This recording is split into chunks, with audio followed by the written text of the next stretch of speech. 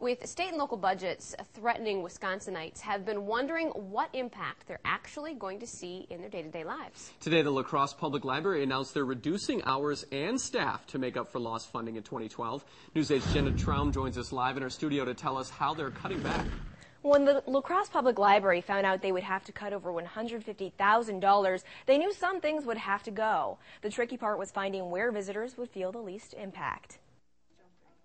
Melinda Millett brings her kids to the Crosse Public Library a few mornings out of every month. But at night, the library becomes a nice little getaway. When my husband's home from work, sometimes I'll come by myself in the evening so I can have a little bit more time to look at books and things without my children running around. But starting January 1st, she's going to have to start watching the clock. Budget cuts are forcing the library to close an hour earlier Mondays through Thursdays. So instead of being open until 9 p.m., they're going to start closing their doors at 8. In order to save money, we can only cut two things: staff or stuff, basically.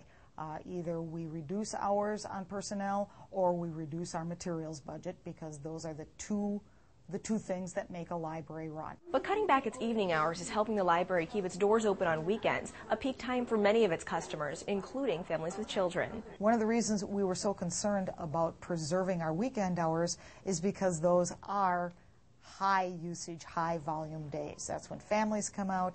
That's when people who need access to information on weekends. That's our prime time. The library is also eliminating 5 part-time positions and cutting back on part-time employee hours. Plus, they're reducing their budget for buying new items like books and DVDs by about $20,000. All of this is an effort to keep the resources open and available despite a shrinking budget. Libraries are all about access. The more hours you are open, the more people can get to you and use the services and materials. You start reducing that access, and I would suspect that at least for the short term, perhaps our door counts and our circulation might go down a little bit. I just got to remember that, so in case I was thinking I'd stop by and pick up something that I put on hold, just remember I can't do it after 8 o'clock.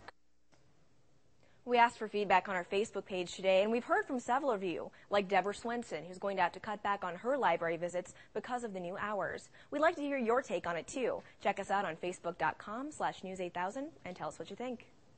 All right, thank you, Jenna. The cuts will only affect the main branch of the La Crosse Public Library.